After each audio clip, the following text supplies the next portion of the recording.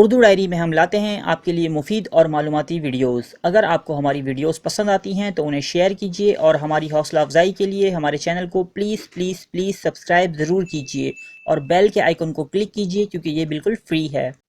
اگر آپ بالی ووڈ فلمیں دیکھتے ہیں تو آپ نے پچھلے جنم جیسے الفاظ ضرور سنے ہوں گے۔ فلموں میں تنزیہ ہی صحیح لیکن اکثر یہ جملے سننے کو ملتے ہیں کہ تم نے پچھلے جنم میں ضرور کوئی پاپ کیے ہوں گے جس کی سزا تمہیں اس جنم میں مل رہی ہے۔ تم پچھلے جنم میں ضرور گدھے ہوگے اس لیے گدھوں جیسی حرکتیں کر رہے ہو۔ بعض فلموں میں یہ دکھایا گیا ہے کہ انسان مرنے کے بعد کسی دوسرے جسم میں جنم لے لیتا ہے اور اپنا بدلہ لیتا ہے۔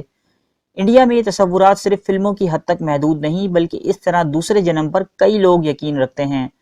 پنرجنم جسے ایواگون بھی کہتے ہیں ہندو مذہب میں اہمیت رکھتا ہے۔ ان کا ماننا ہے کہ مرنے کے بعد روح اپنے کرموں یعنی اعمال کے مطابق بار بار جنم لیتی ہے۔ ان کا یہ بھی کہنا ہے کہ ہر انسان کے 7 جنم ہوتے ہیں۔ آئے دن ہندوستان میں کئی لوگ یہ دعویٰ کرتے نظر آتے ہیں کہ اس دنیا میں یہ ان کا پنرجنم ہے۔ ہندوستان سے اس قسم کی باتیں سننا کوئی نئی بات نہیں، لیکن اگر کسی اعلیٰ تعلیم یافتہ اور ترقی یافتہ ملک سے ایسی خبر آئے تو یقیناً آپ چونکیں گے۔ ہندو مت کے علاوہ دوسرے جنم کا عقیدہ قدیم یونانیوں اور بدھ مت میں بھی ملتا ہے۔ اسلام اس بات کی تصدیق کرتا ہے کہ انسانی جسم ایک فانی چیز ہے اور اسے فنا ہونا ہے، اور اصل انسان یعنی روح اس جسد خاکی کو چھوڑ کر دوسری جگہ منتقل ہوتی ہے، لیکن وہ دوسری جگہ یہ مادی دنیا نہیں ہے۔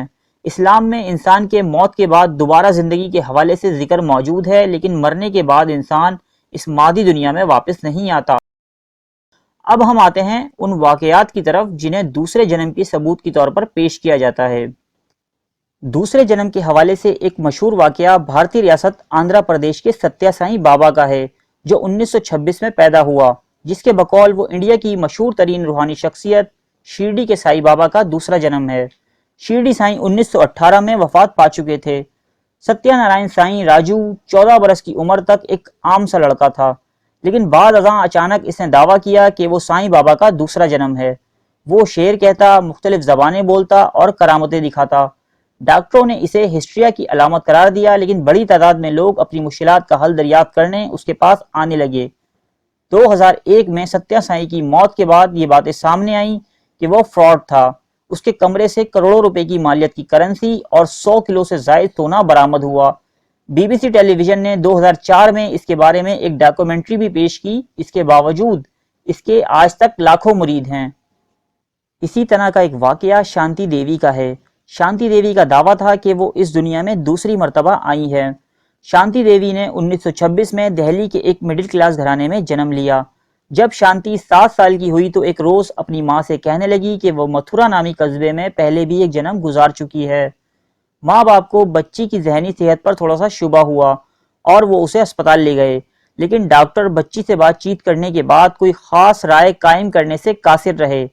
جب وہ 9 برس کی ہوئی تو کہنے لگی کہ متھرا کی زندگی میں اس کا نام لدکی تھا اور وہ 2 بچوں کی ماں تھی۔ ایک روز ایک شخص شانتی کے باپ سے کاروباری سلسلے میں ملنے آیا۔ شانتی اس اجنبی کو دیکھ کر ساکت کھڑی ہو گئی۔ شانتی نے کہا کہ پچھلے جنم میں وہ شخص اس کے شوہر کا چچا زاد بھائی تھا۔ اس شخص شری لال نے اس بات کی تصدیق کی کہ فی الحقیقت اس کے چچا زاد بھائی کی بیوی کا نام لدکی ہی تھا، لیکن اسے تو مرے ہوئے 10 برس ہو چکے ہیں۔ شانتی کے والدین نے بیٹی کے علم میں لائے بغیر متھرا سے لدکی کے شوہر کیدار ناتھ کو بلا لیا کہ دیکھیں شانتی کا رد عمل کیا ہوتا ہے۔ جب وہ ان کے گھر آیا تو شانتی لپک کر اس کی طرف بڑھی اور خوش ہو کر کہنے لگی کہ یہ اس کے پچھلے جنم کا شوہر ہے۔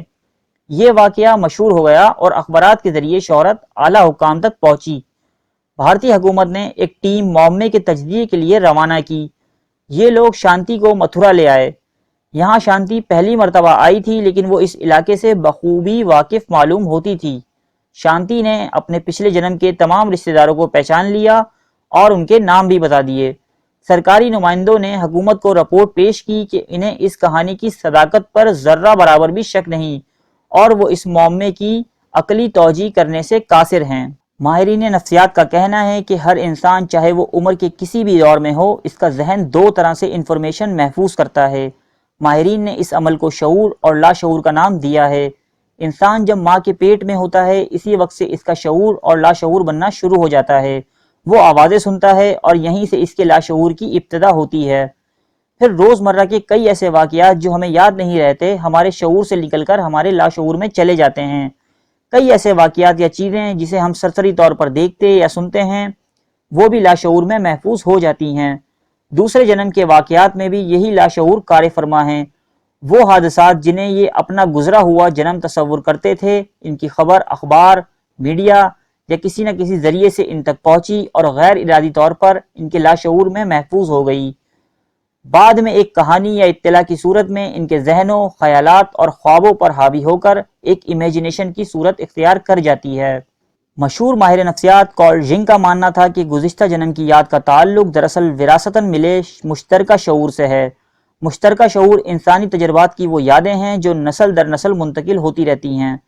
ماہرین نفسیات اور سائنسدانوں کا ماننا ہے کہ جانوروں کی طرح ہر انسان کے جین میں اپنے آباء و اجداد کی یادیں جینیاتی طور پر موجود ہوتی ہیں۔ وہ اس کی عادت و اطوار سے تو جھلکتی رہتی ہیں مگر لاشعور میں ہونے کی وجہ سے وہ انہیں یاد نہیں کر پاتا۔ اگر کسی وجہ سے انسانی ذہن اپنے لاشعور یا جینیٹک میموری تک رسائی حاصل کر لے تو وہ ان یادوں کو اصل زندگی کی طرح یاد رکھ سکتا ہے۔ دوسرے لفظوں میں اپنے آباء و اجداد کی یادیں اپنی یادوں کی طرح دیکھ سکتا ہے۔ یہ مشترکہ شعور یا جینیٹک میموری ہی ہے جس کی وجہ سے مچھلی پیدائش سے ہی تیرنا اور پرندے اڑنا جانتے ہیں۔ ایک بطخ کا بچہ پیدا ہوتے ہی تیرنا شروع کر دیتا ہے۔ ہجرتی پرندے اپنی پیدائش سے ہی جانتے ہیں کہ انہیں موسم سرما اور موسم گرما میں کس سمت سفر کرنا ہے۔ انسانی وجود خیالات کو وصول کرتا ہے۔ پختہ شعور اور مضبوط قوت ارادی ہو تو ان خیالات کو کہیں کوئی شاعر اعلیٰ پائے کے کلام میں ڈھال لیتا ہے، کہیں کوئی داستان گو ماضی کے قصہ پارینہ کو ایسے بیان کرتا ہے جیسے وہ خود ان کا راوی ہو۔ لیکن اگر شعور پختہ نہ ہو تو یہی اطلاعات ذہنی مسائل کا سبب بن جاتی ہیں۔ تعلیم سے محروم سادہ لوگ، پسماندہ اور توہم پرست معاشروں میں ایسے لوگوں کی ان کیفیات کو عامل، ملنگ، جن یا بزرگ کی سواری اور دوسرا جنم جیسے توہمات سے تعبیر کیا جاتا ہے۔